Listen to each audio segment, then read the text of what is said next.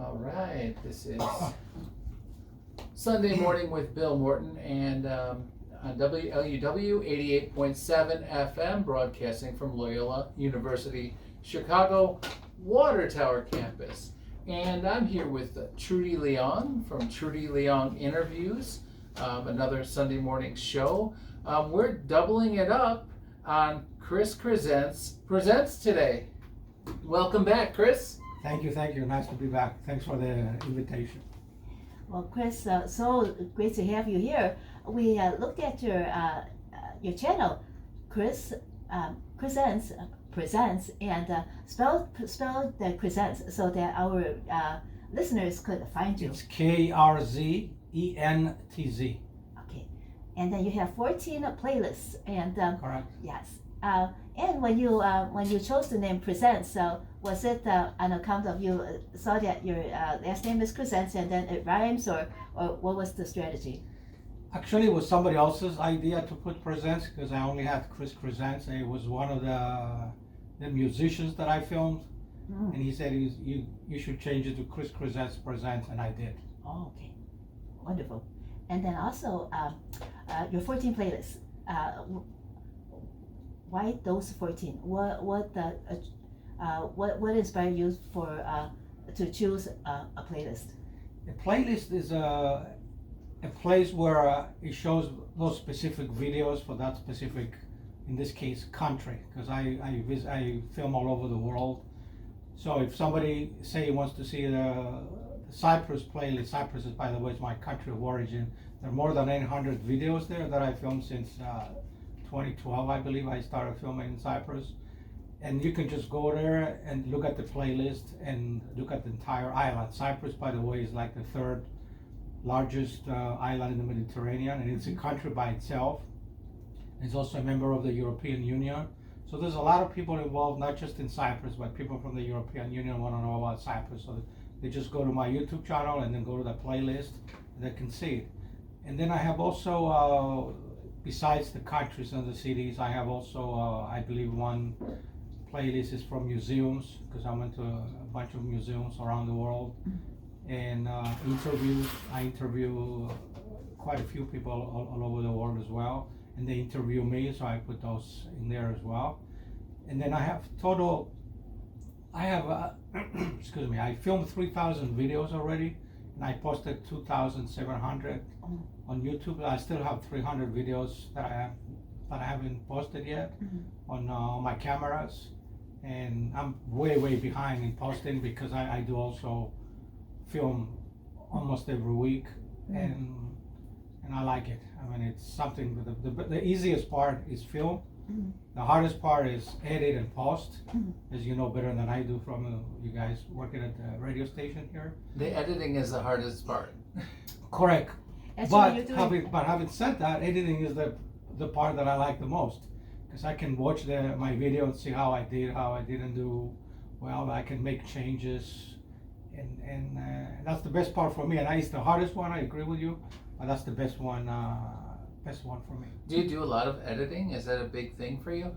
Yes, it is a big thing. And then also have to be careful when there's music in the video. There's always copyright issues.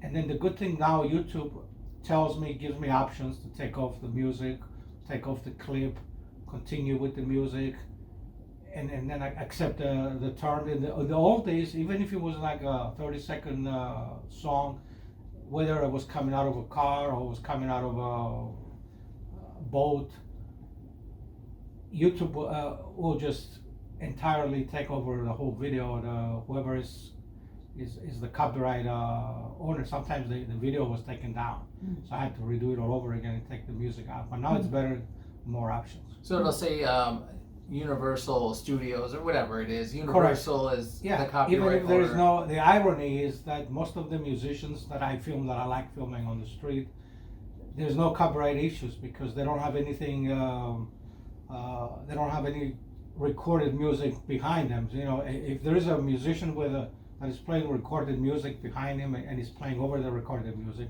then my channel gets in trouble. But if somebody like the Chicago Traffic Jam band playing I never have an issue because they're really playing. There's nothing in the background, and I never got a copy. And by the way, that's my number one video I did a few years ago for Chicago, and it's approaching almost 500,000 views Wow. on Wow. YouTube.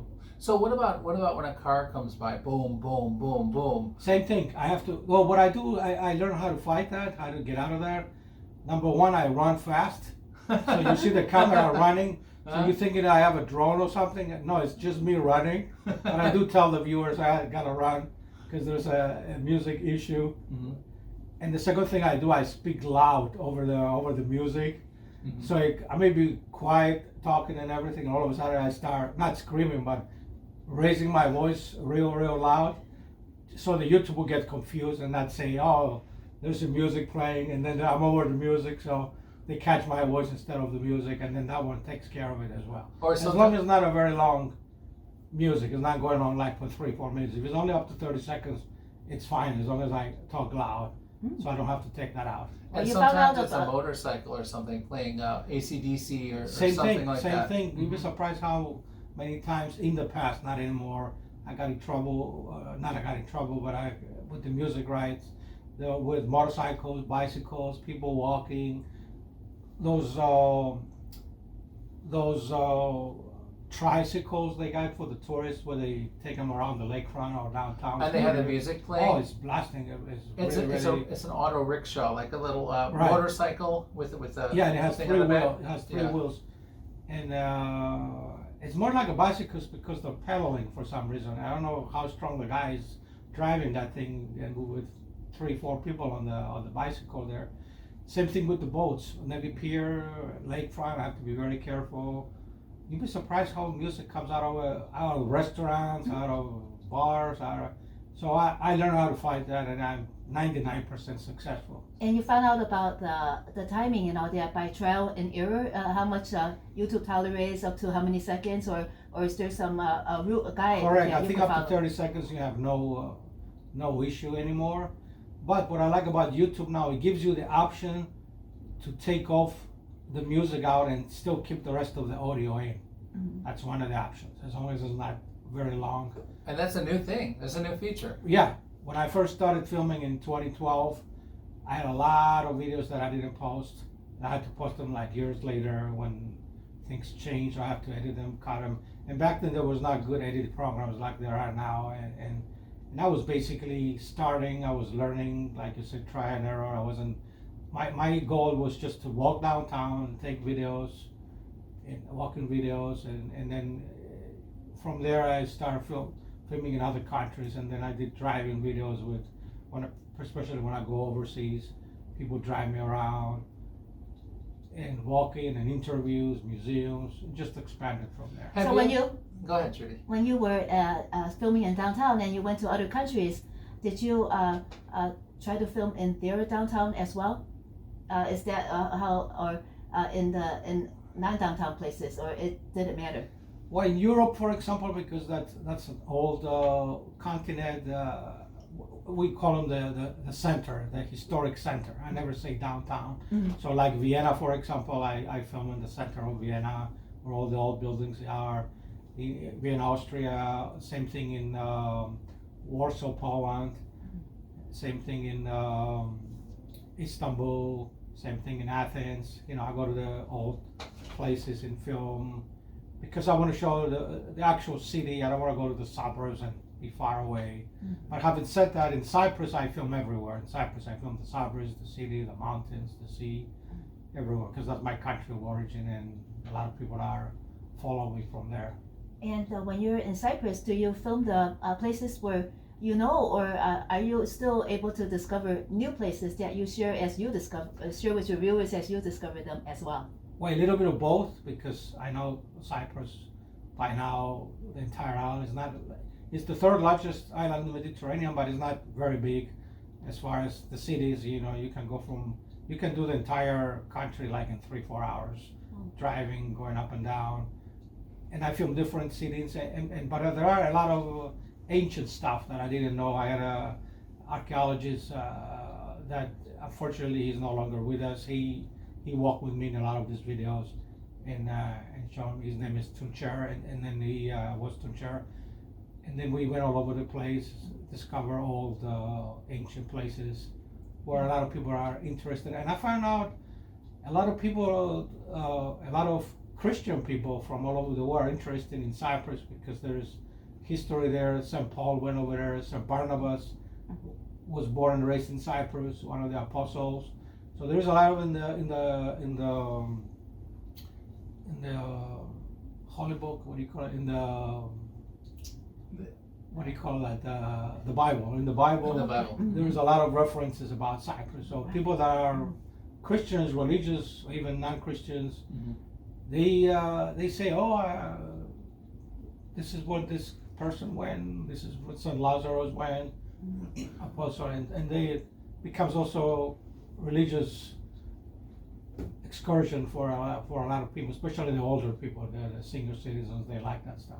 I saw that interview that you did with the archaeologist, and it was on the Cyprus playlist, right? Yeah. That was really nice. I didn't watch the whole thing yet, but I will. But I also saw that you interviewed an actress. Was that planned, or did you just run into her?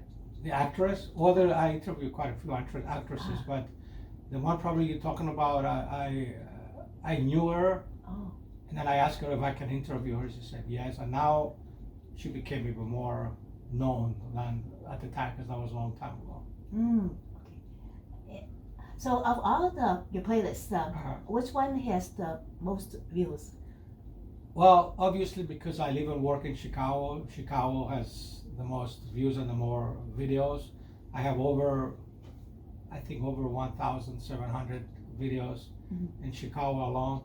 And another thing is, during COVID, I didn't travel for 4 years, so I did a lot of Chicago videos at that time. You know, and you can see the streets are empty, but I was still filming. And then from there, every single day, I was just coming out doing videos. So especially in my neighborhood in the Trudyville area. I was looking at your recent video where you're going down by the beach, and the waters weren't yet open for swimming. There were no lifeguards, and there were all these people. It was unusually warm weather. Yeah, it was, with the heat index, it was almost 100. I think it was, if I'm not mistaken, it was May 15th. I think below it was 95 degrees, the air temperature, and the lakefront was packed. So I started from near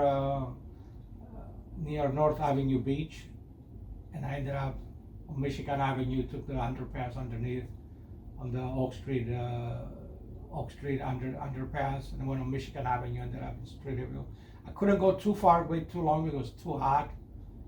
And I was sweating and everything, so I didn't want to continue too much and get too sweaty and everything. But I think, if I'm not mistaken, it was a little bit less than an hour, almost an hour. And everybody was in their swimsuits and shorts with rollerblades and playing bicycles and everything, dogs and everything. Yeah. And Lakeshore Drive was to your right. Correct. And you can see the whole picture. Lakeshore Drive on the right, the lakefront trail in the middle, and Lake Michigan with all the people swimming and on the left. And that must have been a 2-hour video. So are you describing? That particular video was like an hour. It was like an hour, right? Because it was too hot for me to continue. Then I would have kept going. Were you describing the whole video? What you're viewing, what you're experiencing, what's going on? Yeah, when I first started filming in 2012, I wasn't even talking at all. It was just video. And then I started putting music, and then people were commenting on my channel. Why don't you just talk, say something, explain to us? I'm watching from Singapore. One person told me, can you show me exactly, tell me what we're looking at? And I thought about it. I said, wow. And then with all the copyright issues with the music, I started taking the music down. And then I started talking a little bit, and then all of a sudden I started talking for the entire video. And people liked it. Oh, we like this better if you're talking the entire video. And it started from there. So anytime I do a walking video in downtown Chicago, I just talk and describe what's on the picture. Was it hard for you to, in the beginning, to talk, or were you always comfortable? Right now, you always you have a very comfortable voice. Actually, I was very comfortable. I always like to talk, and then I just had to be very careful to talk and film at the same time and make sure the camera's not going too fast, I'm not going too slow. So I had to kind of practice putting them together so it doesn't get out of sync, the audio with the video. Because I was looking at the camera, I look at the camera, but at the same time I look outside the camera so I don't go and hit somebody when I'm walking. Stare at the camera. Let's talk about your technique on that. Yeah, how do you control the shaking? Mm-hmm. Well, the shaking in the beginning, actually, I still have programs that they do take the shaking out. Ooh. But if I use the smartphone has a visual. It's called what is it called? Stabilizer? Stabilization, stabilization that is already in the camera. So I just have to activate it, and I think I may have even downloaded another program. So right now it's no more.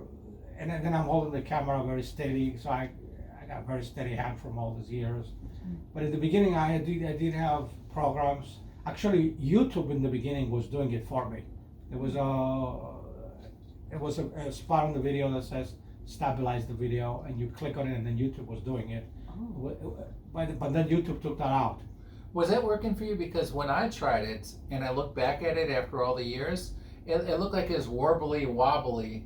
It was like kind of like No, warping. this one was working, but they took it down. They took it down almost 8 years ago. It didn't last very long, but it was a very, very good.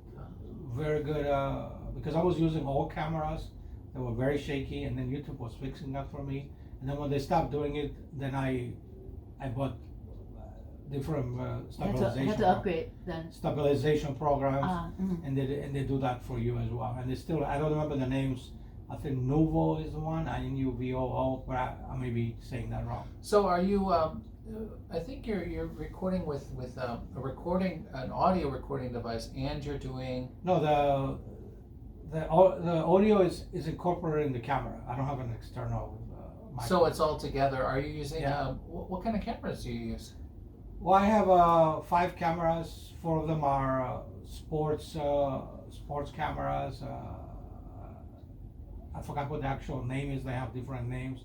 And then I use a smartphone, an Android smartphone, Samsung. I forgot what generation it is, but I use all different, and they're all pretty good actually.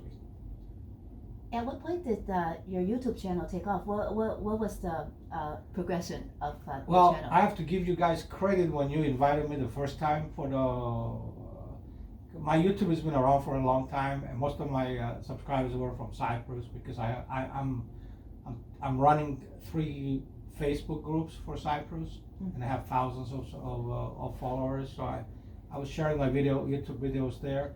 But when I came to this station here, it was the day after my birthday. It was December 29, 2024. I remember it I well. was telling everybody on this show, and we posted that video on YouTube and on TikTok. I was telling everybody for my birthday, only thing I want, and I wasn't kidding, only thing I want is to reach 10,000 subscribers, because it wasn't even 6 months ago. I had 8,500 subscribers when I came to this radio station. And then I put it on the video that I did, I put it on TikTok, and also you listeners here. So I kept saying here, help me get up to 10,000. And out of nowhere, it just went viral, the whole thing.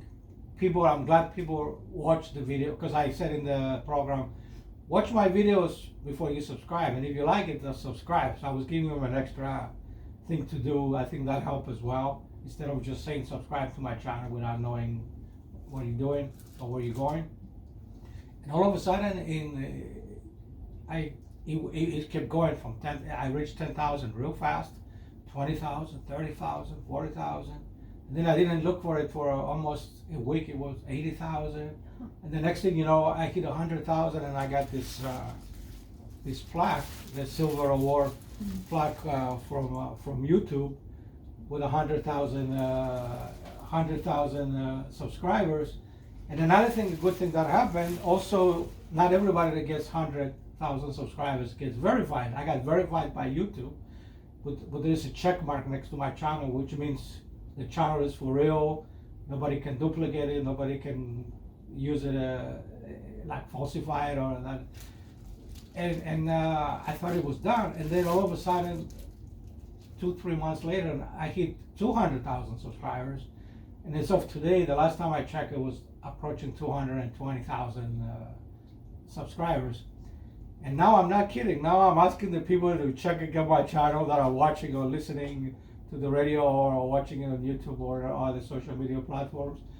Please help me get to 1 million. And I'm not kidding. I think it's possible now. That's the next award. The gold award is 1 million subscribers. So And that, I think it's that's possible. your goal. The That's way, your well, the goal. way it's going, the rate is going in less than 6 months. We got to 200,000 subscribers plus. I don't think is out of the question. I think it's very, very, very possible. And in the beginning, the number was what again? 8,000 or 10,000? When I came to the station Yes. here, it was 8,500. Mm-hmm. Wow. So I give credit to your station, and I give WLUW 88.7 correct FM. 88.7 FM, and I give, and then the power of social media. I says no, the power of real media is more powerful than the social media, like radio, and then radio again, and then you watch what's gonna happen after this one. You know, we're gonna go to 500,000 in no time. I can't wait to see what's going to happen after this one. And you know, you're the genuine article. You're doing authentic videos. You're a real person. You're describing what you're seeing. You've got a unique eye. I remember you got a little advice. We talked about this during the previous, where someone asked you to look up because we don't know how tall these buildings Exactly. are. That I was in front of the John Hopkins Center, and then I did a video. It was a part of a walking video, and then somebody said, "Why don't you just show us the buildings up since you're mentioning them?"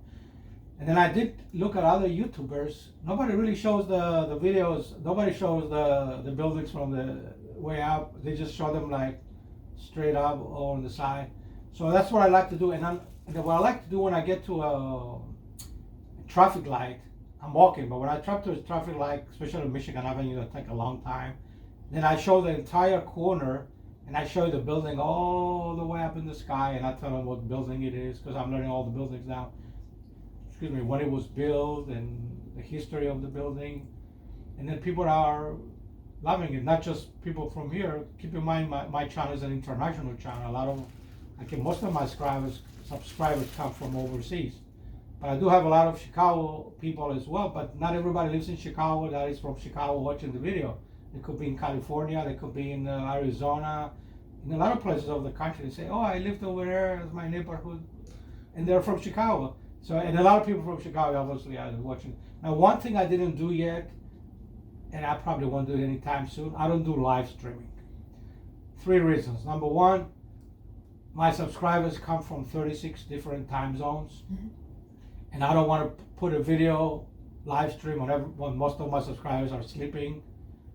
And people are telling me, do live stream. No, I'm not going to do a live stream because nobody's going to watch it. And even if they put it on YouTube later on, still it's not the same thing watching it live. But I do watch other people live stream. And actually there is a guy, I think you guys should bring him over here. His name is Brian Reilly. Okay.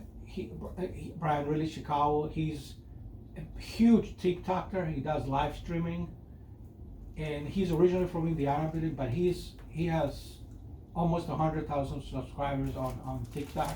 He does live stream on TikTok and YouTube. I don't know how many subscribers he has on YouTube, but I think he's the number 1 TikToker live streamer in Chicago. In the city. Yeah, he does live stream. So, and he also tells me, "Don't you do live stream?" I says, "No, I'm not going to do live stream. I will never do a live stream." Just because of the 36 different time zones. And also, I like to edit the video when I watch it, because I don't want to be filming stuff that people don't want to see in the video. Now, one thing I want to mention about my videos, I do not show you any crime or any violence in progress. If that ever happens, I will cut the video out and give that clip to the authorities. I will never do that. Has it ever happened? It did happen once. I do have a video that I never posted it on YouTube where people were just fighting on the streets. It was right in front of the Art Institute. They were arguing and then they were fighting. They started fighting, like fist fighting. But that was a long time ago. I keep saying 2012 because that's the time that I started filming the video. So it was around that time. And then I took the part out, and if you look at the video, you will never guess there was a fight or anything. And actually, the police came right away because it was during one of those festivals. I forgot which one it was. It could have been Lollapalooza, or it could have been Blues Fest, Jazz Fest. I don't know which one it was. But the moment they start fighting, you see the police coming like within seconds. There was already like 8, 9 police officers, and they just got everybody arrested. So the police didn't need your video for the footage for the evidence then? No, they didn't. They didn't need the video. Did they even ask you? No, they didn't ask me. But I was, it wasn't really anything. Nobody really got hurt real bad, but it was fist fighting, and it didn't look good on the video. It's not something And you they were like like to young promote. people. Yeah, it's not something. But it's just my nature. I don't like to do live streams just in case I run out to anything like this, and I don't want to be in the middle. I don't want to be showing anything like that. And then number 3, if it is not on live stream, is because people are enjoying my videos. That I edit them, and I mean, I edit them on the same day. It's not like I edit them a week later. They usually come up on the screen within the next 24, 48 hours. And lately, since I got those subscribers, all my videos are getting really, really big views. They're approaching 100,000 views every video. Like the one you said, the 95 degree day, I think got 81,000 views. Before that, it was another one, it was 100,000 views. So it's like, I was like, even myself, like, wow. About how long does it take for it to go to 81,000 or 100,000? Like a couple of days? No, I think it takes probably 2-3 weeks because, again, 36 different time zones. Mm-hmm. By the time it gets to one country, another country, another country, and then people see it. So it's more like a long term. And I get the notifications. You send me a message when you come up with a new one. Right. And then I give you the thumbs up, and then I go check it out. Do you send notifications to some of the subscribers that you know? Well, yes and no. I don't send anybody notifications on YouTube. I do it through Facebook and Instagram and TikTok. So I just post the YouTube link and I said, this is the video. Just go and check it out. And then people are checking it out. When they click there, they go directly to YouTube. Mm-hmm. But notification gives you the option to, as a subscriber, to either turn the notifications on or turn them on. So it's up to, I leave it up to the subscribers if they want to watch it or not on their newsfeed. But having said that, I put it on Facebook and Instagram and TikTok and even Twitter, and then people look at that and say, once they click, they go directly to YouTube, and in a way, they get notified that way. It gets us right over there. It's just direct porthole to your videos. Are you getting accounts on Threads and Blue Sky as well? I'm getting what? What kind Accounts on Blue Sky and Threads, those other new. Oh yeah, newer. I'm on Threads as well because Threads is attached with Instagram. So anytime I post something on Instagram, it goes directly to Threads. The other one, no, I never. There's way too many places for me to, because I do a lot of stuff. Like I said, I have 300 videos from the past. I haven't even posted them, and I have over 400 shorts that I haven't even posted that I was doing before when I was walking down the streets, and once I post, it was going to take me a whole year to post.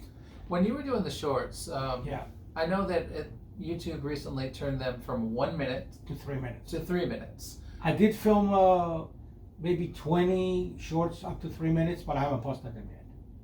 Okay. It's still sitting there in the. I know those shorts my can camera. really, those shorts can really pile up on you if you're doing a lot Yeah. of shorts per day. But I'm more like a long form video filmmaker. The shorts, it's not like I don't like them. I don't do them as much because there's a lot of restrictions. You have to film them vertically. If you do horizontal, like on a regular camera, they won't take them. They have to be vertically, and I don't like that. I like more long form videos. But I can take out of those long form videos and make shorts if I wanted to. There's a way of doing it, but it's very time consuming. And I also have a full-time job, day job, so I'm a very busy guy. I'd like to chat with you about that time when I was doing my video project over by Lakeshore Park Streeterville, yeah. in Streeterville, and I live right there. The Streeterville Lakeshore Park. It's one of the 2 parks here in Streeterville. Actually, they're both on Pearson Street. One is Lakeshore Park. It's very dog-friendly park. And there is another one, the Seneca Park, that doesn't allow dogs. I think it's because there's a children playground next to it, right by the fire station there. So if people don't know, they should come and visit. It's a public park. It's run by the Chicago Park District. Park District, and he has a running track. He has places people can exercise, tennis courts. So a lot of people don't know about it, but a lot of people still go there. A lot of people are running, and a lot of dog walkers. Right. The whole thing, everything you It's said. a real. And then I did numerous videos. Usually I start and finish my videos in Trudy because I live and work there. So you can see that park usually at the end of the video when I come back, like from the 1, 2 hour, 3 hour, whatever I'm doing video. So that 1 hour one that we mentioned before, Yeah. where you were walking down along Lakeshore Drive on the beach. Yeah. You started in Gold Coast, and then Right. then you ended up in Trudy. I actually walked from there over there, but I didn't film that part because I wanted to start the video from near North Avenue Beach. So you don't see the part. I didn't film the part going there, which I did other videos too. But instead of going this way and then coming back the other way, so I started from there and it just kept going.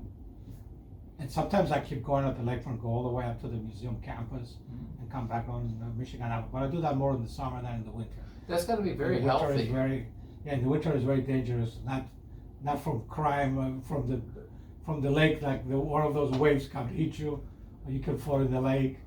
I don't want that to happen. Do you ever record the waves? Yeah, I did.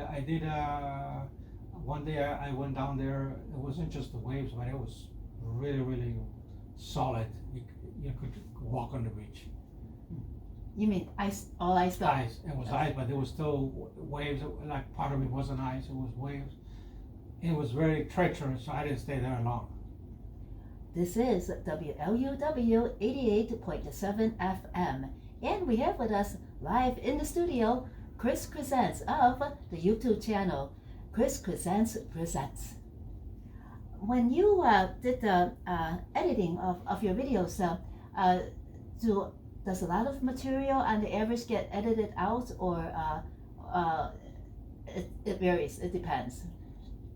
It all depends. It's case by case scenario. And I don't take a lot of stuff out anymore like I used to in the old days. Why? How did it change? Well, because the main thing was the music. Got it. That YouTube, like I said earlier, gives you the option of they cut it out for you if you click the button and you say I want the music out, or I replace it with other music if it's a music video or if it's something else. But it still takes a long time, the editing, because I have to watch the entire video. So I sit there and watch the entire 1 hour video before I edit it, so I don't miss anything. So it's time consuming, but not because of the editing process, because of me wanting to watch the video before I post it. When you publish your video, do you premiere it? No, I don't like premiere it either. Again, same reason about the time zones. I don't want people to waking up 4 in the morning just to watch my video. I want them to watch it on their terms, on their time. And by the way, just to have a disclaimer, my channel has been monetized since 2018. So I do get revenue from the advertising, but there are other options to monetize the video. I don't do the other ones because I'm not selling anything, I'm not doing anything. It's because I like doing it, and the monetization part only covers the cameras and the other stuff, so I don't really do any Not much profit, you mean? right, because I'm doing it because I have a real job, pays the bills and everything. I'm into I get some extra money, but it's not like I'm pursuing it because I know other YouTubers, they're selling t-shirts, they're selling hats. They're trying to be big influencers They're doing all kinds of stuff. Mine is, like you said earlier, natural, authentic. genuine, authentic. What you see is what you get. I don't try to hype things around. I just show you how the weather is, how everything is. I don't show you any crime, and I even tell you there, to be fair, I tell them, if you want to watch any crime or violence, there's plenty of YouTubers around, even in Chicago, that they do that. They focus on And that. then you can find it. You won't be hard to find it. I'm not going to tell you where to go, but So this is not the place to see it. And then I think that helped increase in my youth, my fans to my followers, because people, they want to go there to watch Chicago. They want to go there. And also another thing I do, people may think it's not fair, but I think it's very fair. I screen every comment that goes on YouTube. Yeah, that's why you don't see a lot of comments. I screen every comment, and I only approve the comments that are positive about the video. If somebody does a negative comment, whether it's political or anything else, then they never see that. Nobody else sees that. Do Okay. you get a lot of those comments? Yes, I do. There's a lot of people that they don't even live in Chicago, most of them, and the crime in Chicago is like this, or the violence is like this, or the politicians are like this, or this or like that. I'm the only one that sees those comments. So we I got will the never behind the approve. scenes here. I will never approve anything negative about what I'm posting. If it's a positive one and you're genuine for it, I'll approve. That's why you don't see a lot of comments on my videos. It's not like there is not a lot of engagement. There's a lot of engagement, and that actually, it hurts the channel, because the more engagement you get, the more revenue you get. But I don't like that kind of engagement. I don't like any negative stuff. I don't want people to saying, oh, this and that and that. I want to filter the comments, and you only see comments that are positive. Let's say in the beginning, when you were still under 1,000 subscribers, at that time, the way that you did your videos, how was it different from you're doing it now? Not a lot of things changed. The only thing that changed is the technology. As far as filming, I'm filming the same thing. I never take into account how many subscribers I have when I'm filming something. You know, of course, gives me more energy and more motivation to continue. But it doesn't have, nothing has changed as far as I'm doing it. I learned how to do more stuff, how to film better. But the only thing that really changed is the technology. Because technology at the beginning, it was horrible. I mean, YouTube has been around only 20 years, but I've been a YouTuber for more. I started filming more than 10 years ago, and I opened the account in 2008 when YouTube first started. But I never put anything in there until 2012. And what made you put something on there?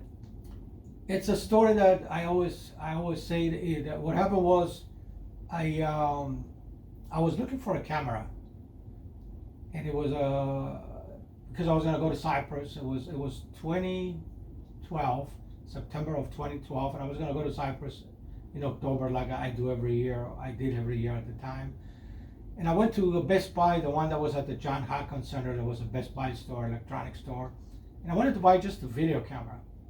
And I walk in there. No video cameras anywhere. I said to the guy, where is the video cameras? And then he took me to a place where there was only one left. It was an open box. It was $60 only. It was one of my 4 cameras. And it was supposed to be $350 or $370, almost $400 with tax.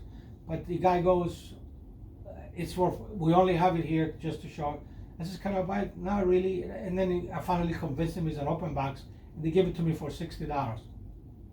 So I had no idea. So I took it to Cyprus, and then somebody showed me how to use it. So I started doing like a little 30-second video. And then I went and looked at it. I said, oh my God, maybe I should start doing videos. So I started doing videos, and I started doing more and more, and I started putting them on YouTube. Somebody had to show me how to do it on YouTube, because I had a YouTube. Everybody has a YouTube channel when you have a YouTube account. And the only thing you have to do, you just have to post something. So I started posting videos, and then it just exploded from there. And then with my friend, the late archaeologist Tuncher, we did, in 2013, we did almost 100 videos, and then it got more and more and more and more. But it was more Cyprus videos in the beginning than Chicago videos. And when I came back to Chicago, let's walk around and see Michigan Avenue. And at the time, it was only 10-minute videos, 5-minute videos. And then I was putting music behind the videos. But at the time, my channel was not monetized. So it didn't matter if the copyrights are there or not, because they were getting all the revenue wherever the music companies were. They were very good songs.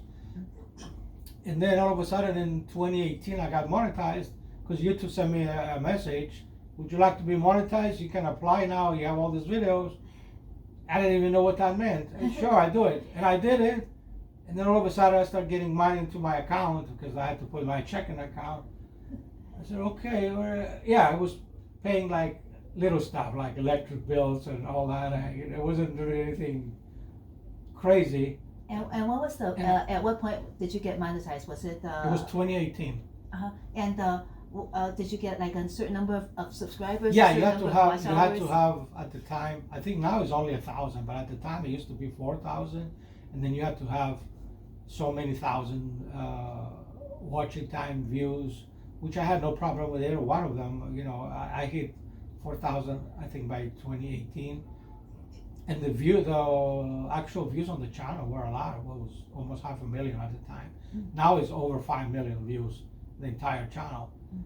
And actually YouTube is the one that approached me. It wasn't me approaching YouTube. And then I had to ask people around, what exactly is this monetizing thing? What am I doing? What is this? And then when I found out, I said, well, yeah, why not?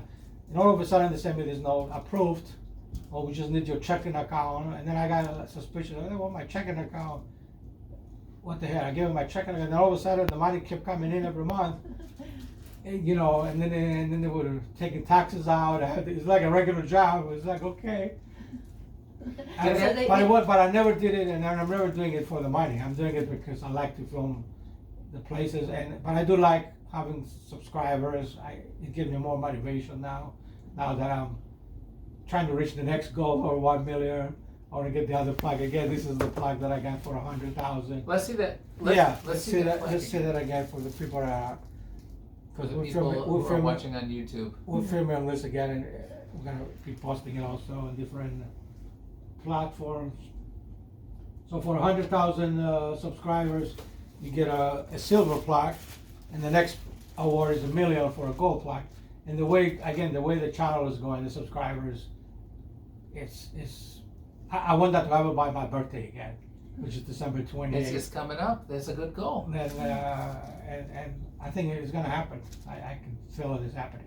And YouTube contacted you by your email, right? That's the at the time, email, and I thought it was a joke. I thought it was, what are they talking about?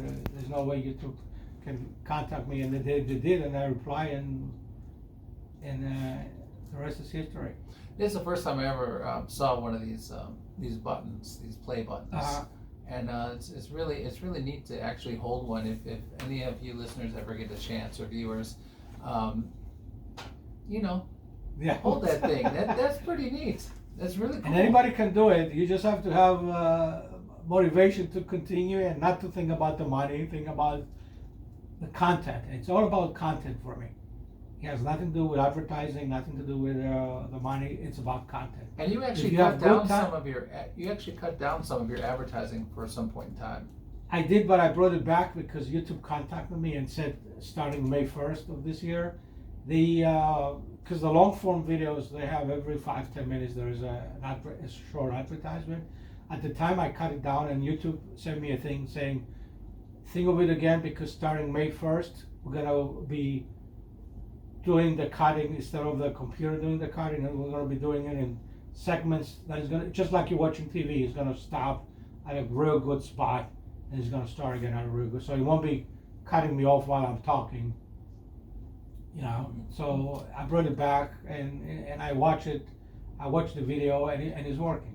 The advertisements are user friendly, and again, if you don't like the advertisement, you can hit skip after a few seconds. But if you do watch it, then it helps the channel. Not necessarily money wise, but it helps the algorithm pushing the video to more other people that haven't subscribed yet. And when you watch your own video, you do see the ads. I'm just wondering if no, from my own channel, when I'm for some reason when I'm logged in, there's no advertising.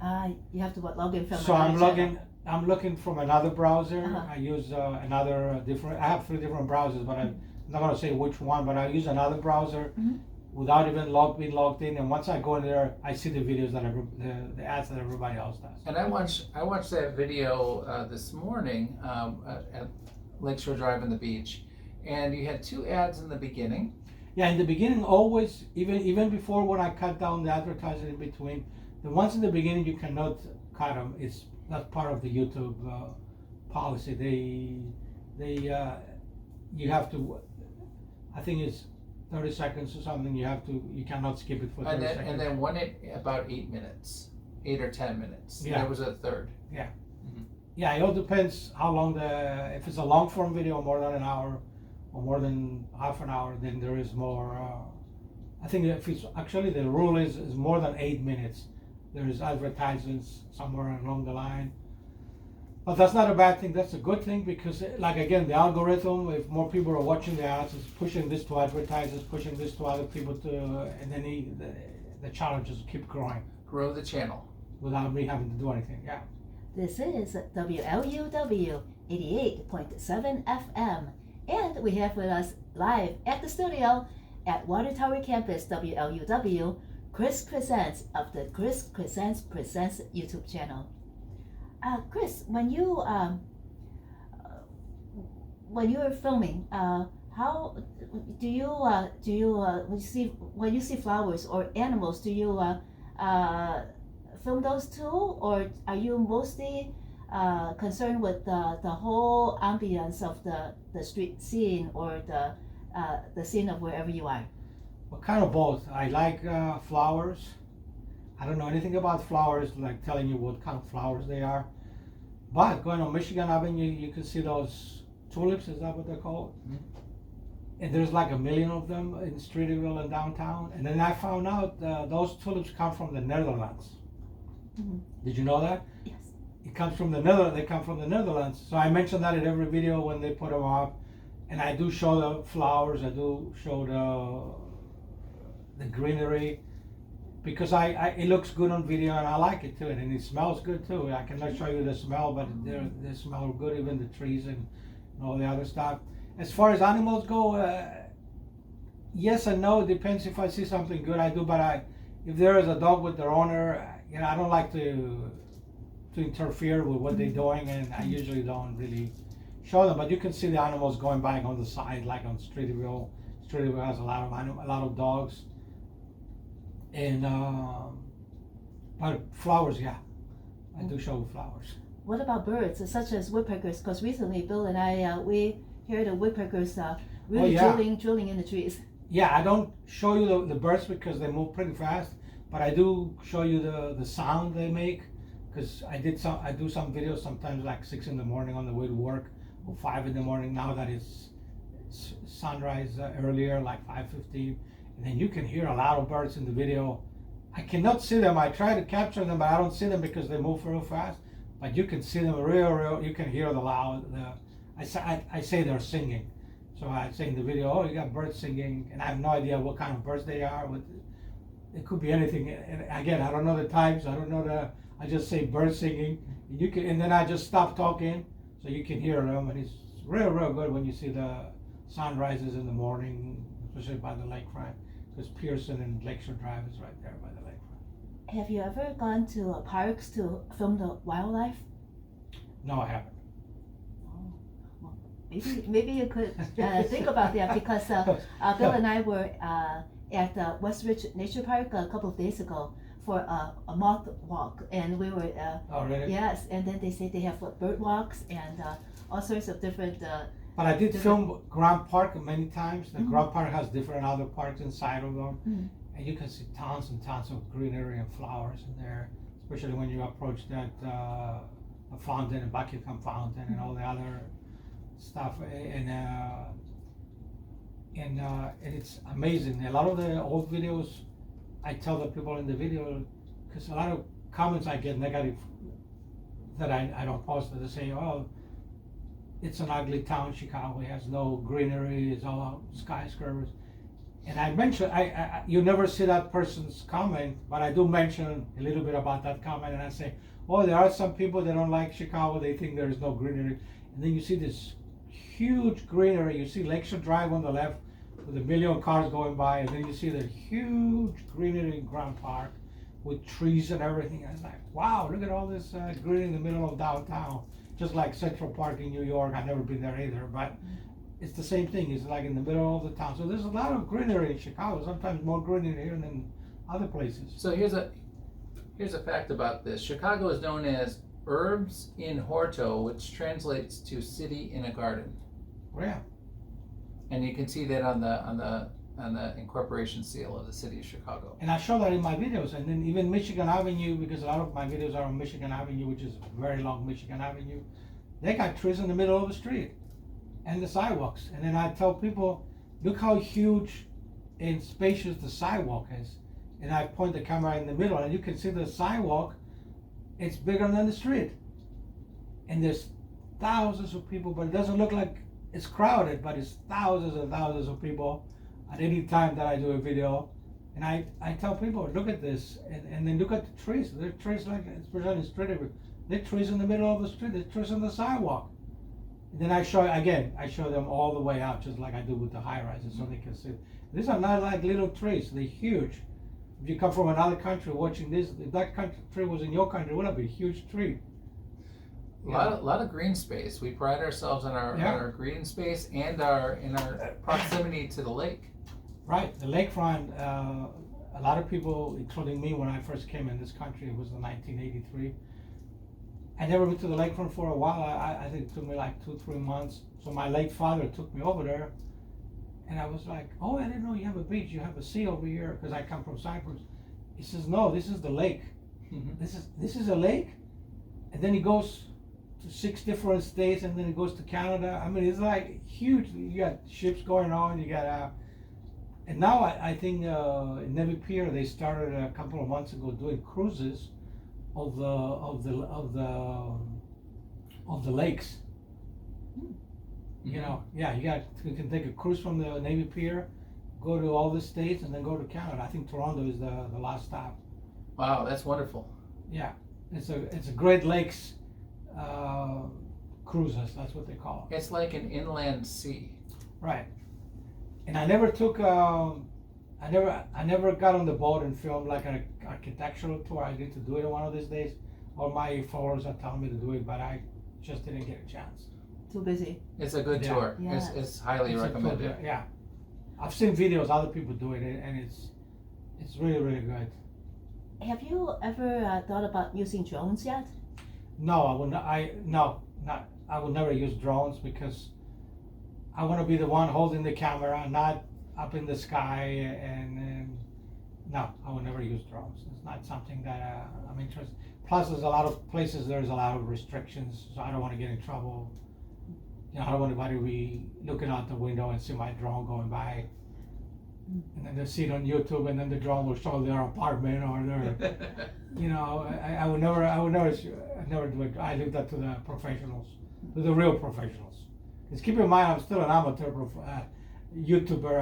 I'm not there's no such a thing as a professional YouTuber. You know, they're all 99% of us are amateurs. We'll just, we just film it, but we're not like a big film company or anything like that. Have you ever done a video out of the airplane window? Oh, tons of them. I may do. You're giving me ideas now. I may do another playlist just for airplanes. I must have filmed 200 videos in the airplanes, like landings, takeoffs, up in the sky, down in the sky. So it's a good idea. I may think about doing that. So you fly a lot. I may, yeah. Do you like the turbulence? I don't like it, but it doesn't bother me because I always have my seatbelt on the whole time. I never take it off. And the only different thing they tell you is put your seatbelt on.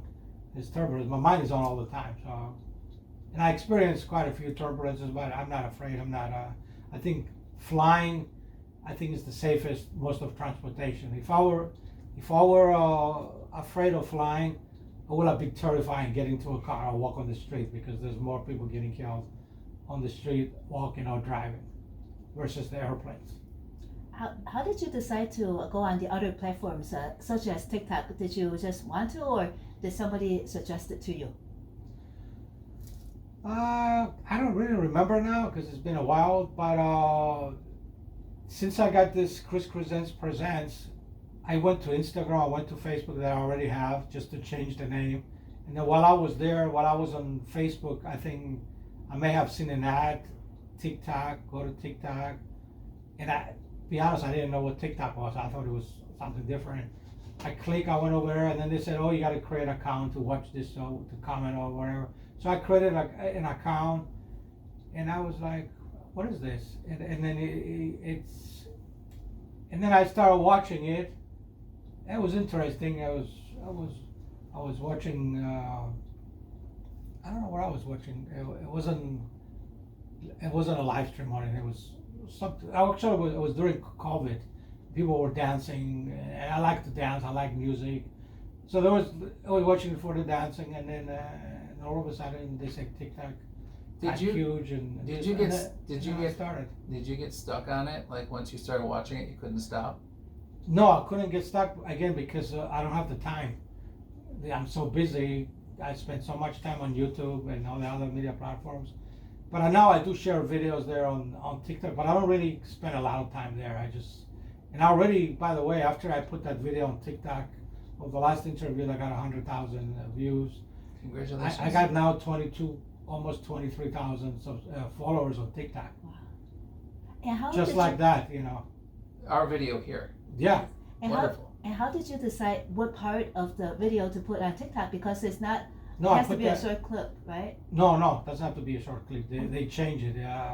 They made it now up to an hour. Oh, so the whole video is up on TikTok. Not the whole video. I think the whole video, it may be more than an hour, so I must have cut down like 8 minutes. And it's only like 50 minutes. So you can check it out. You can check us out on TikTok. Yeah, I'm gonna put this one too, and cut it if it's more than an hour. But TikTok originally it was like you said, it was, and then it got to 10 minutes, and then it got to an hour, and then I think all these platforms are competing with each other, so it's most likely they're all doing the same thing. Mm-hmm.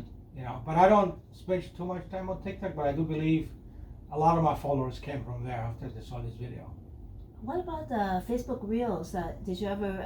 No, I upgrade do. it to- I do Facebook Reels, not by choice. Anytime I put a video on Facebook, like from my YouTube channel, if it's less than 3 minutes, it comes out as a reel automatically. Oh. Facebook doesn't even classify it as a video. It just comes out when I share it. It comes out as a reel. I don't know, and I can not stop that. It's just I don't click on reels. I click on video. I post the video there, and it comes out as a reel. Oh, And I'm not complaining. I'm just saying, in a way, I started doing reels inadvertently, and they're doing pretty good actually on Facebook. But I'm not into reels. I'm not into the shorts on YouTube. Although I have almost 500 now, but 500 out of almost 3,000 videos is not too many. And Does the YouTube it's just a small portion. does the YouTube brand appear on the Facebook Reel, or it just comes out as a video? Yeah, No, it comes out as a reel on Facebook. Because it has nothing to do with YouTube. But when I do post a short or shorts on YouTube, then you click and you go to shorts on YouTube. It just goes directly to the. So the videos that you post on your Facebook page, you post some non-YouTube videos on your Facebook page. In other words, right? So now. No, I just put the link there. I don't. Oh. Just But I the do. link. But speaking of that, to make it even more confusing, I have a Krzentz Presents Facebook page, which is in addition to my profile page, which is just Krzentz. The Krzentz Presents YouTube page has some videos, especially the old videos, that I reposted them as videos, and but not too many. Most of them are. I do the same thing there. I share the links. Did you get monetized on the Facebook yet? On the Reels? I probably did, because every now and then I get a check of like $5 a month, and it says it's from YouTube. I have no idea where that comes from, but it's not something that I applied. Or if I did, I think they sent it to me and I consented it for some reason. I don't know what happened there, but I'm not complaining. I get like $5 a month, I think it is from Facebook, and it says this is your Facebook. Doesn't say the word monetize. It just says this is Facebook, from your Facebook. We're giving you $5 for your content. Okay, thanks. But I have no idea which video or what happened there. Thank you. But I'm not gonna say no. I'm not gonna say no. Yeah. But again, I'm not there for the money. I'm there for the content. Right. So if people like my content, it gives me more motivation, and I do enjoy the subscribers growing and the viewership growing. And you'll take the $5. Right. I mean, I have to go every month and check my checking account because I like balancing my checkbook. And when I say that, I can always get pleasantly surprised. You know, because I pay bills and stuff. Oh, that helps. That $5 went to my account, to my checking account. So I'm not complaining. You are listening to 88.7 FM WLUW Chicago Sound Alliance at the Water Tower campus of Loyola University. And we have with us live at WLUW Chris Krzentz of the Chris Krzentz Presents YouTube channel. Chris, you went to Dubai and you know, from the Great Lakes to the Great Desert. What made you go to Dubai? Well, every year I usually go to Cyprus, and there's no direct flight to Cyprus, so I have to go to another country first. Oh. And it went to my advantage. So what I decided to do every time I go to the second country, I don't like just spending there a few hours. I like spend there the whole weekend, and then on the way back the whole weekend again. And then I film videos for that, and I add a new country every time. Oh, that's great. And then I went to Dubai, and I was really, really shocked how beautiful Dubai is. And I don't know if you saw the video. There's a video on one of the main roles that I filmed. I think it's probably, I want to say 20 minutes, 10 minutes. I don't know how many minutes. And I put some real cool music behind it. And it's amazing. It looks like New York City or Chicago like 50 years from now. It's very futuristic. You see all these high rises and all this. But they don't look like regular high rises. They look like, if you look at the video, it looks like they're in a game show. In a game, it looked like a game, you know, those games they have online. It looks like it's... Yes, like a video game. Yeah, it looked like a video. It looked like they're not there, but those are, I'm telling people in the comments, those are the real buildings. That's how they look like. But imagine being in the car. I was like in a taxi, and I told the taxi driver, can I sit in the front so I can film it? And that's what happened. I'm sitting in the front, and I was like, wow. But I took the audio out and I put the music in the background, and it was perfect. The architects in Dubai must be very inspired by the video games then. Yeah, but speaking about the architects, I don't know if a lot of people don't know that, but I think you know that the people that design most of Dubai are Chicago architects. Like the one that designed the Khalifa, the tallest building in the world. They're from the same architectural company that designed the Sears Tower. Wow. The Willis Tower. Yeah, it's the same. So More than half of Dubai architects are Chicago architects. So they beat their own building. They beat their own building. Yeah, but they're not doing it for pride or anything. They're doing it because they're very good designers and they want to be exposed all over the world. And then Dubai knows better because Dubai hires the best. And I think Dubai approached the architects here, and that's how they designed the Khalifa. I always say wrong the name of that building, but I just say Khalifa for short. And that building is the tallest building in the world, designed by the same people who designed the Sears Tower. Yeah, I did I forgot what the name of the company is. It's like 4 different names now versus the original one. We're gonna have to check out that Dubai video. I haven't seen that one yet. Yeah, Yes. I have actually 20 videos in Dubai. I have another one that I'm inside. I have another one. I'm inside the airport, and then you think I'm outside because they got trees inside the airport that is big as the high rise. And people don't believe me when they look at the video. They think I'm outside. I'm at the airport. I heard that Singapore has a similar airport, Yeah, like with a waterfall in it or Never been there. something. Yeah. But these trees are huge. So is there a roof over the trees or just an enclosed? No, there's a real tree. No, it's inside. Wow. There's a roof on top. It's like 20-story tree. It's huge. I don't know how they did that, but Dubai is like on steroids when it comes to architecture and again, they have a beach, they have all kinds of stuff. It was a very, very interesting place to visit. Very futuristic. And it's really cool that you spend the weekends. Yeah. And during your, Yeah, the I did middle. the same thing with Istanbul, Athens, Austria, Poland, London, all different places that I went. Do you ever have any challenges with maybe language barriers when you go to different, or is it mostly English speaking, or how does I it don't work? have any problem with language because when I travel to because I have almost 5,000 followers on Facebook from 150 countries or more. So what I do before I travel, I ask their opinion, their feedback, where should I go first before I go to Cyprus, and they mention their countries. And then when I get to pick the country, the person that comes from that country says, I'll come and pick you up at the airport, take you around, and that's what happens. Oh, that's so cool. In 8 out of the 10 cases that I went, they pick me up. They're original. They speak the native language. They drive me around. They walk me around. They take me to my hotel. And maybe on the way back, they're not there with me on the way back, but on the way back, I know where to go already. And there's no issue with the language because I do walking videos, I do driving videos. I don't really talk to anybody on the street. But if I had to, a lot of people, I found international viewers, they speak more than one language. And usually English is like one of them, so it's not, I never had an issue with language. How do you decide when to travel? Do you travel for a reason or travel to do videos? Well, the reason I was traveling before, unfortunately now, it was to visit my late mother that died last year, and it was in Cyprus.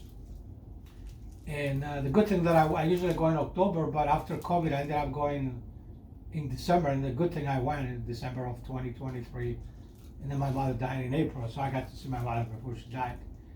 And that was the reason to go to Cyprus, and I still want to go to Cyprus every time because it's my country of origin, and everybody from my mother's side is still there.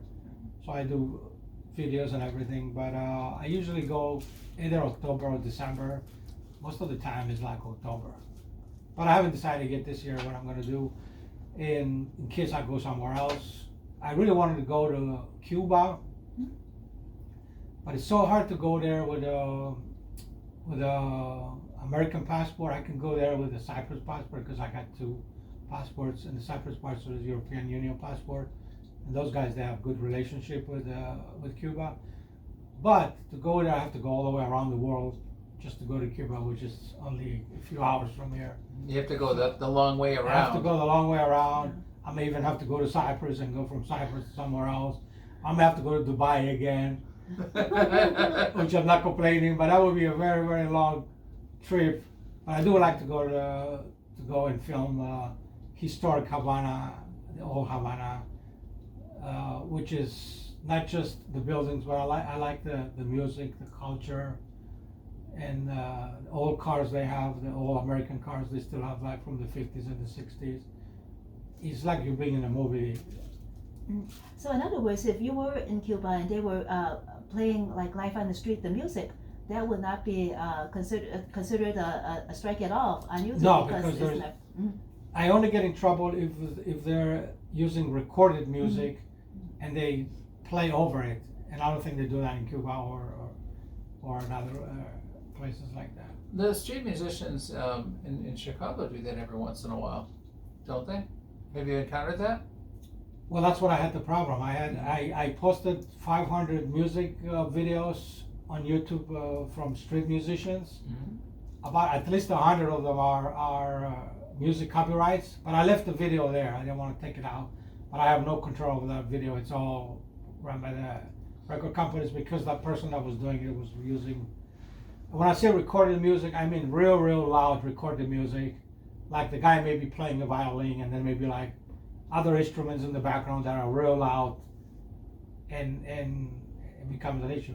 But again, the two of my favorite musician groups, one is the Chicago Traffic Jam.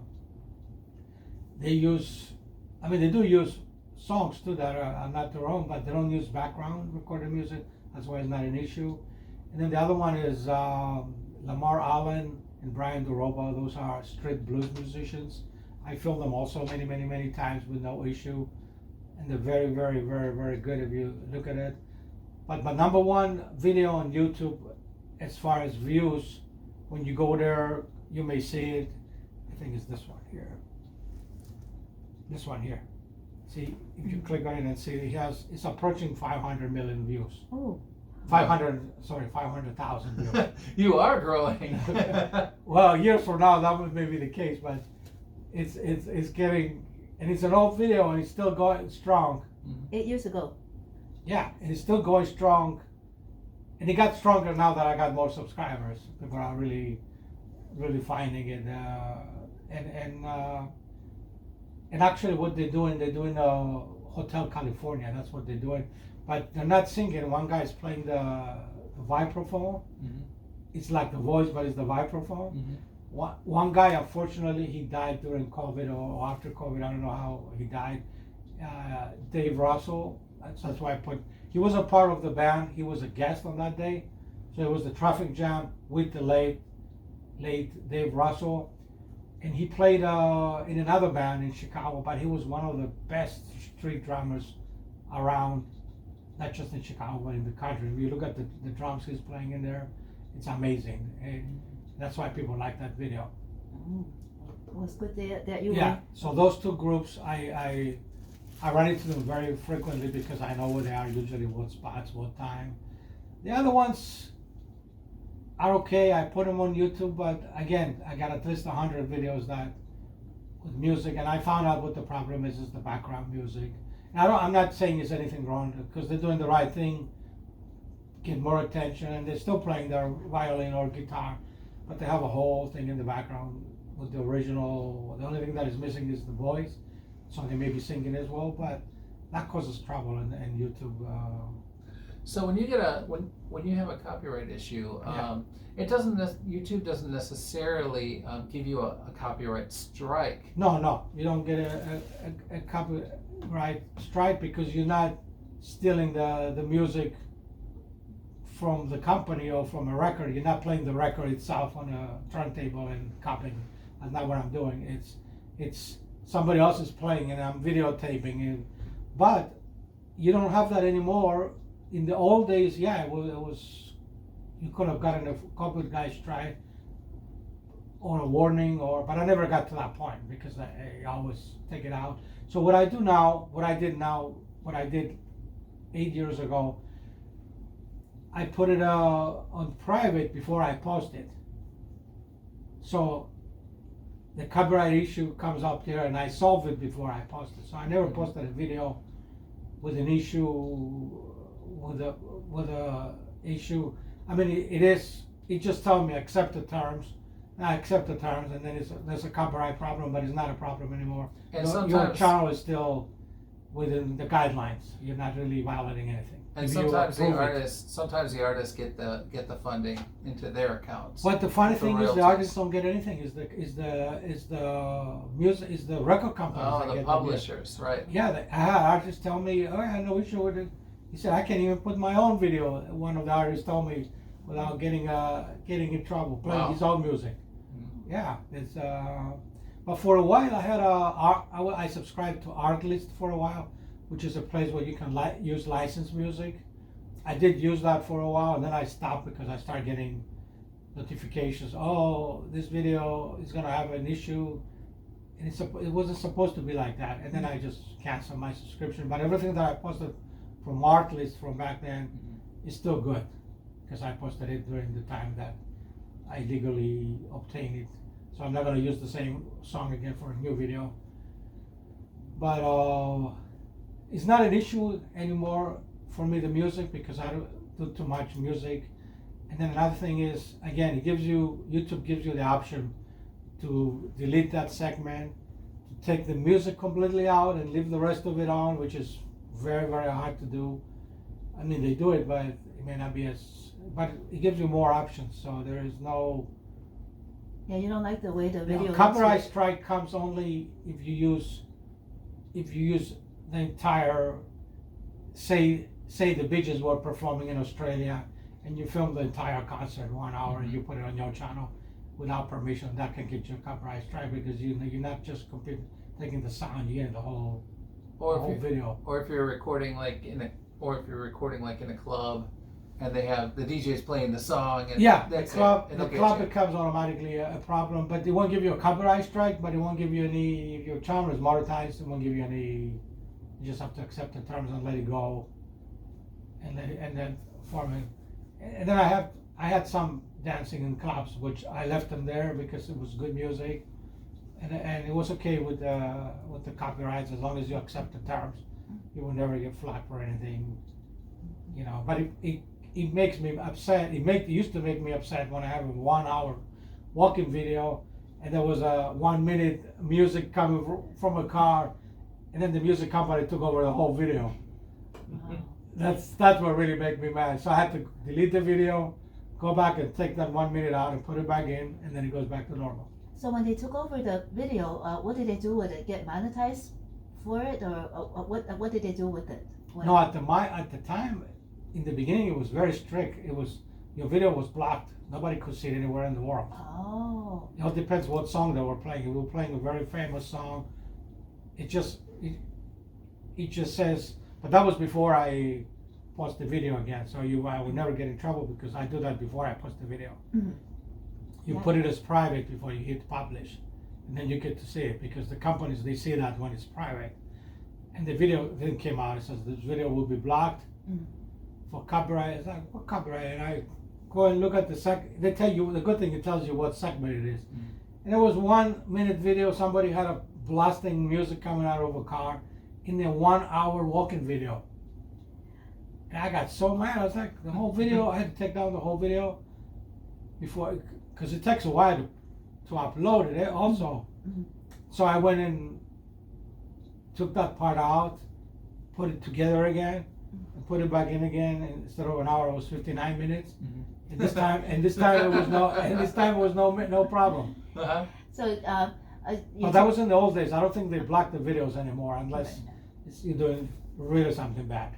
Mm-hmm. And when you took out the music, did you take out the video part of it too? Otherwise, it would. I did. Mm-hmm. I did because at the time YouTube didn't have the feature that it has now. I'm talking about 10 years ago. They didn't have this feature now that you can take the song out and leave the rest of it inside, or you can mute it now. Mm. If it's like 30 seconds, I can mute it and you don't even notice. I could just talk on top of the video. Mm-hmm. But in the old days, it was really rough when I first started. Yeah, I think we've seen the blocking before, right, Bill? When with the Beatles, when the Beatles pop, they always block the whole video. Oh, the Beatles are notorious for that. Yeah, how long ago was that?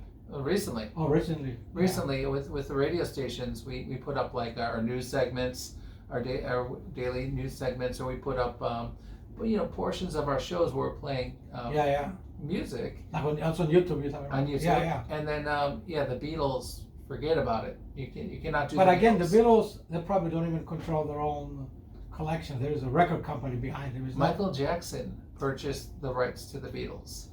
Oh, correct. And I was about to say it was, because I was about to tell you Michael Jackson also had that issue before, mm-hmm. and then he bought his own. And then lately, if you listen to the news, if you watch the news, Taylor Swift just bought her own music, which just sounds crazy. I mean, it's your own music. Why are you go and buy your own music rights? And she did, because she had trouble with I mean, if an artist has trouble with the music right on YouTube, right. Think what a regular person is doing that is filming that thing. Yeah.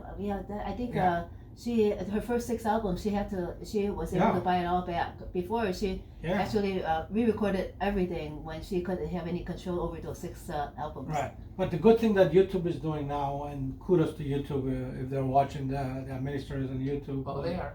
It's because it's gonna be on YouTube.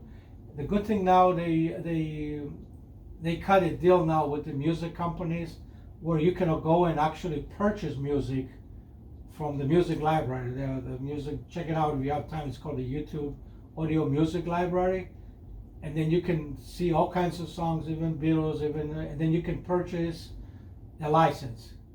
It may not be very cheap, but some of them are free, some of them are not, and they're not for the entire. They're not forever. Maybe for a year or 2, and then you can renew the license, and then you can put that song on your Content. content, but you have to pay for it. And it's approved by YouTube, so you're not gonna have an Yeah. issue at all. Not only by YouTube, it's approved by the record companies and YouTube together. So it takes two to tango. Because YouTube before, when you see the blocking thing on YouTube, YouTube wasn't doing that. It's the companies who were doing that. YouTube, it just says, we give that to them to claim your video. So it's not YouTube doing it from the beginning to give credit to YouTube. YouTube was never blocking your video, it was the companies. But now they got into an agreement both.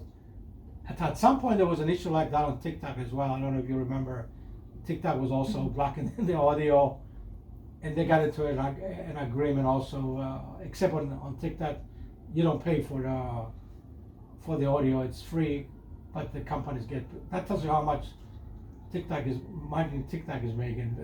They got enough money to pay the record companies. Those licenses. Yeah. But I love YouTube though. YouTube is not the same that when I first started. It's much more complex now, more bigger. You know, you got podcasts, you got vlogs, you got music, you got the news companies. They have their news over there. They have the whole entire program there. You got YouTube TV now, so you can purchase. I don't know how much it costs, but I would never do that because I don't watch too much TV. There's a YouTube TV where you subscribe to every month. It's called YouTube Premium. Premium. Where you can watch a YouTube video with no ads, and then you can watch also TV, cable and TV. I don't know what part of premium is that, but I don't know. I'm sure it's much less than the cable companies, but. And the thing about the YouTube Premium, which we have, we have have Premium? the Premium. You don't get the ads, which is really cool, and Yeah. then also the YouTube channel owner does get monetization. Oh yeah, a it does. portion of your. You'd be surprised how many subscription. people from Cyprus and London and other places around the world told me, "Hey, I watched your YouTube video on TV." In the beginning, I didn't know what they were talking about. I said, "How do you watch the video on TV? Did you hook up the TV to your computer?" Which is possible. He says, "No, I actually watch it on the TV." Wow! And then they explained to me it was YouTube TV, and then they hook it up to their TV, and then they see the YouTube channel, and they say it looks pretty good. And then there's no ads, but like you said, just to get monetized, even if there's no ads, because they already pay for it, the customers. Do you use the portion of YouTube, the podcast section? No, I never use a podcast yet because I'm not the guy that likes to sit down for an hour and talk with nobody there, and I have no studio. I have no, I'm always on the move. But I'm enjoying being on shows like this, or on TV, or on radio, or places like that. But I would never. People say never say never. I mean, I just did. I would never do a podcast because you need a lot of equipment, you need a lot of studios, and I'm not a podcast guy. I like to talk, but I like to do the interview right when I interview people with my camera. You don't see, and you don't even see me there. So I like the fact that I'm behind the camera and you hear my voice, because people are enjoying my voice, and I wanted to be concentrated on listening to the voice than just watching you with the podcast. Let's talk about your upcoming your CAN TV on Channel 21 in Chicago Cable. Yeah, I'm going to be on CAN TV with you guys on I believe it's a Tuesday, June 24th, and I believe the show starts at 4:30. Correct. So if you guys are listening, go to CAN TV, Channel 21 in Chicago, the station. Also, we stream it online. I already added that streamline URL on the video and then when it gets closer to that day, I'll put it over there as well. And that'll be about 27-30 minutes or so, and it will be live on television and streaming. Yeah, and it is from anywhere in the world. And it is Community Unity Now, and Krzentz is the perfect guest for Community Unity Now because Correct, yeah. his videos are all about unity. Correct, and I like bringing people together, regardless where they come from, and to me, you know, I treat people as individuals.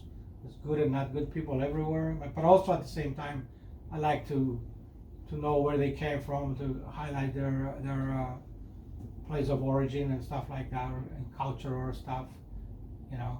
And I like that. I'm not a one glass fits all. For me, every individual person is special, and it's individual. I treat people as individuals, in other words, but highlighting also their cultures.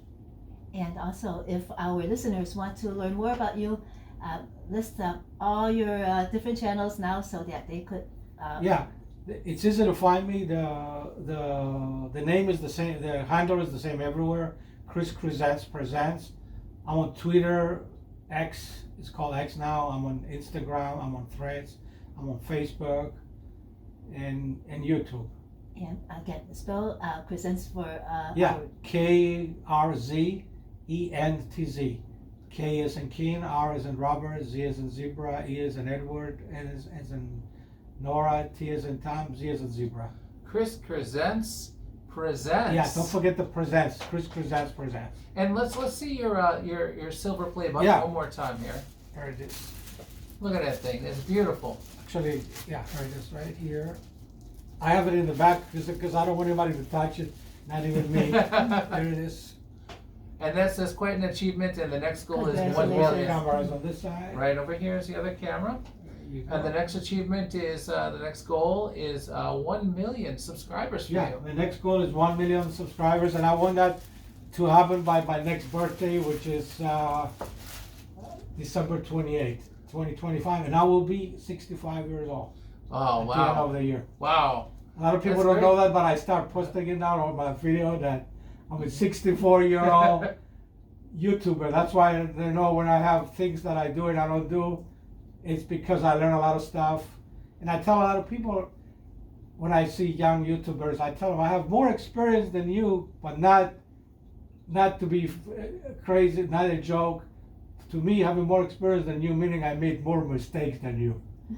Right, That's right. why I classify experience. I made more, so instead of saying I made more mistakes than you, I say I have more experience than you, and I know what's going on, and that's why you see like a genuine person, 64 years old, doing YouTube. I don't know how many 64-year-old YouTubers are out there, but that's how I am, and I'm proud of my age. I feel comfortable. I feel healthy. I feel young. As long as I'm going, my health goes for it. I keep with doing it until I die. And the way you're walking, it's very healthy. Yeah, it's very good exercise.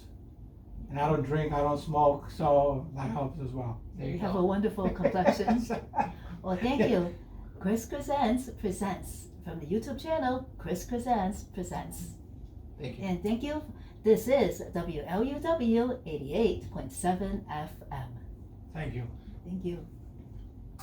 This is Sunday Morning with Bill Morton and interviews with Trudy Leong, doing a double interview, doubling up on Krzentz Presents at WLUW 88.7 FM, broadcasting from Loyola University, Chicago, Water Tower campus.